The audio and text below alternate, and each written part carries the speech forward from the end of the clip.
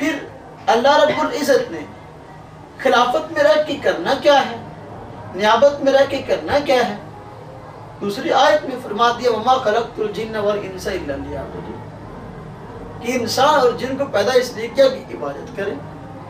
تو مقصد یہ تھا، اور یہ بائبل کے شروع میں بھی یہ کتاب پیدائش ہے، اس کی ابتدائی آیات میں لکھا ہے کہ پھر خدا نے، یہ پیدائش ہے اس کا پہلا باب ہے، اور اس کی آیت نمبر جو ہے 26 میرے سامنے ہے، اس میں لکھا ہے کہ پھر خدا نے کہا ہم انسان کو اپنی صورت پر اپنی شبیہ کی مانند بنائیں، اور وہ سمندر کی مچھلیوں اور آسمان کے پرندوں اور چپایوں اور تمام زمین اور سب جانداروں پر جو زمین پر رینگتے ہیں اختیار رکھے۔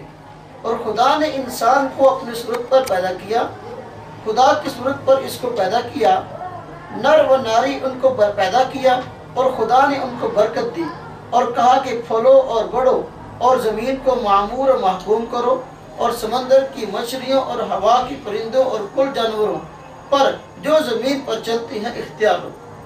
یہی بات ہے جو قرآن کریم نے عرض کیا انی جاعل فی الارض خلیفہ میں، کہ انسان کے لیے اللہ رب العزت نے یہ ساری چیزیں پیدا کی ہیں کہ اس سے لطف اندوز، اور انسان کو اپنے لیے اللہ رب العزت اپنی بات کے لیے پیدا کیا ہے۔ دنیا کی ساری چیزیں گویا انسان کے فائدے کے لیے، اور اللہ رب العزت نے انسان کو اپنی عبادت کے لیے اور اپنی نیابت کے لیے پیدا کیا ہے۔ تو یہ مفروضہ شروع سے ہی غلط ہو جاتا ہے کہ آدم علیہ السلام کو جنت سے نکالا گیا اس لیے کہ انہوں نے ممنوع درخت کھایا تھا۔ اگر ممنوع درخت نہ بھی کھاتے پھر بھی انہوں نے زمین پر تشریف لانا تھا، اور آخر یہ انسان کے ذمہ جو کام اللہ رب العزت نے لگایا تھا اور یہ کرنا تھا۔ اور پھر یہ کہا جاتا ہے کہ جی یہ جنت سے نکلنے کا یہی سبب ہے، اس پہ زور دیا جاتا ہے کہ اگر نہ کھاتے جنت سے نہ نکال جاتے۔ ہم کہتے ہیں تمہارے کہنے کی نسبت سیدنا عیسیٰ علیہ السلام انہوں نے قربانی دی اور تمہارے گناہوں کا کفارہ بن گئے۔ جب گناہ دھل گیا، اگر زمین پہ آنے کا یہی مقصد تھا کہ گناہ ہو گیا تھا زمین پہ بھیجا گیا، تو قربانی کے بعد تو معاملہ بالکل صاف ہو گیا تھا۔ اب تو جتنے انسان پیدا ہوتے سارے جنت میں رہتے، اب جو ہے وہ زمین پر کیوں؟ گناہ بھی معاف ہو گیا۔ خاص طور پہ وہ لوگ جو یہ عقیدہ بھی رکھتے ہیں کہ یہ سیدنا مسیح علیہ السلام آئے اور ہمارے گناہوں کا کفارہ بن گئے، اب انسانیت اس موروثی گناہ سے بالکل دھل گئی، پاک ہو گئی۔ اب تو عیسائیوں کو یہاں زمین پہ رہنے کا حق نہیں، ان کو چاہیے کہ جنت ڈھونڈے کہاں ہے ان کی جنت اور وہاں جائے۔ نہیں، جنت جو ہے اللہ رب العزت نے پیدا کی ہے، وہ تو انعام ہے، اور انعام تب ملتا ہے جب انسان کام کر کے دکھائے۔ اور دنیا دارالعمل ہے، جنت دارالجزا ہے، بدلہ ملنے کی جگہ۔ وہ تو شوق دلانے کے لیے آدم علیہ السلام کو باہر رکھا گیا تھا، اس لیے مفروضہ ہی غلط ہے۔ اور انہوں نے، میں نے جو سامنے آپ کے یہ نظریہ پیش کیا ہے، چند اس کے حصے بنائے ہیں، اور ہم ہر ایک حصے کا تفصیلی جواب دینے کی کوشش کریں گے۔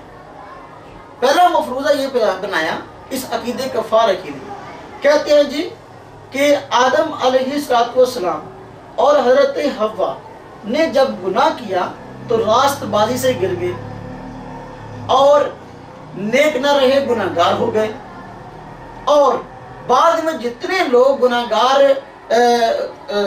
آتے رہے سارے کے سارے گناہ گار تھے۔ مثلا یہ کتاب میرے ہاتھ میں ہے، اس کا نام آئینہ صداقت ہے، اور یہ فیبا ریڈیو اسلام آباد پاکستان والے عیسائی حضرات نے شائع کی ہے۔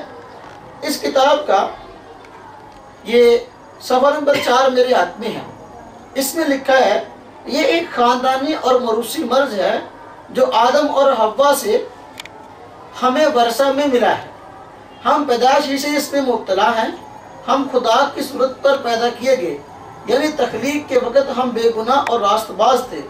ہمارے جد امجد اس عصری حقیقی راست بازی سے گر گئے، وہ گناہ گار ہو گئے اور بگڑ گئے۔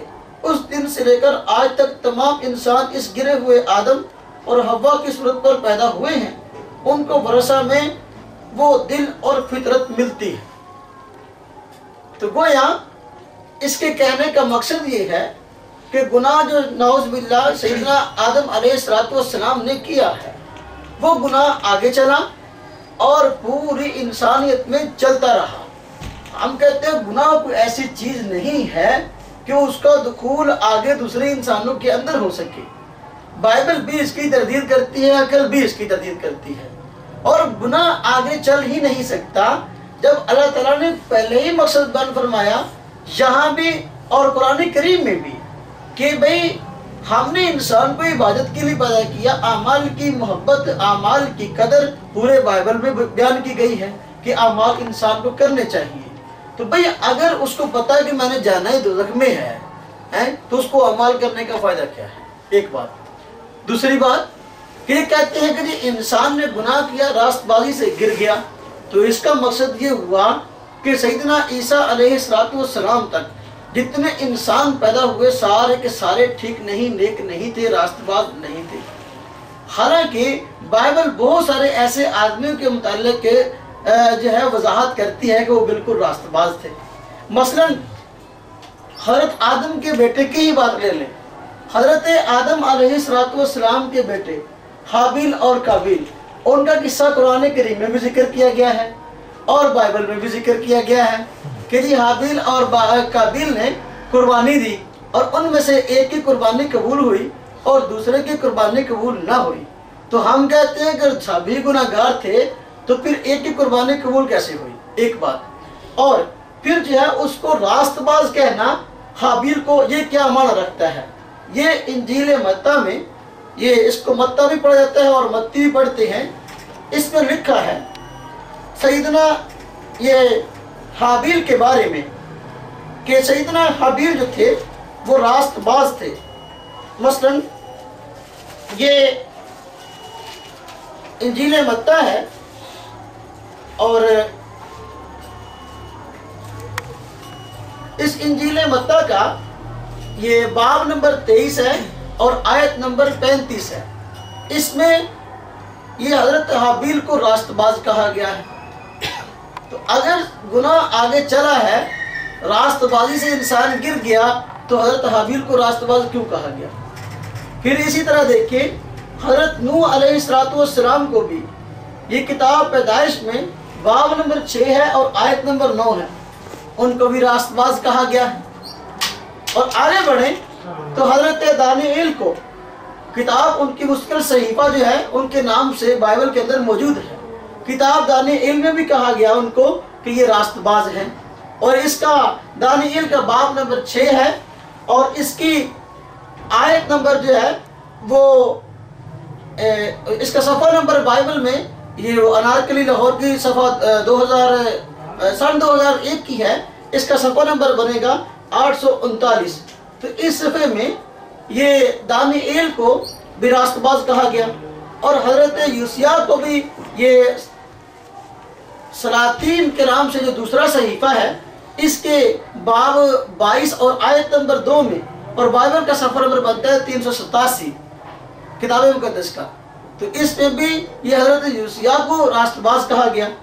اور پھر دیکھیں حضرت حزقیہ کو یہ سلاطین کے نام سے جو دوسرا صحیفہ ہے اس کے یہ جو باب ہے، باب میں باب نمبر اس کا ہے 11 اور آیت نمبر ہے اس کی 6، صفحہ نمبر ہے 382 کے نام سے. اس میں ان کو حضرت حزقیہ کو راست باز کہا گیا. پھر آگے آئے حضرت زکریا اور ان کی بیوی کو، ان کو بھی بائبل میں راست باز کہا گیا. یہ انجیل لوکا اس کا باب نمبر 1 ہے اور آیت نمبر اس کی 6 ہے اور بائبل کا یہ عہد نامہ جدید کا صفحہ نمبر اس کا 51 ہے. حضرت یوحنا جن کو قرآن نے حضرت یحییٰ کے نام سے یاد کیا، حضرت یوحنا کو بھی راست باز کہا گیا ہے اور انجیل متی ہے باب نمبر 11 ہے اور اس کی آیت نمبر بھی 11 ہے اور عہد جدید کا صفحہ نمبر جو ہے 14 ہے.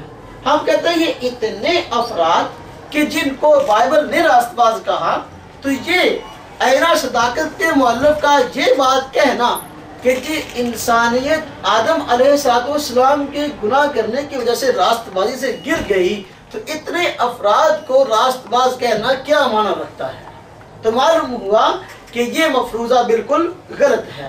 اور عقل بھی کام کرتی ہے کہ ہمارے معاشرے میں دیکھو بسا اوقات باپ جو ہے وہ نیک ہوتا ہے اور اس کی اولاد جو ہے بسا اوقات وہ نیک نہیں ہوتی.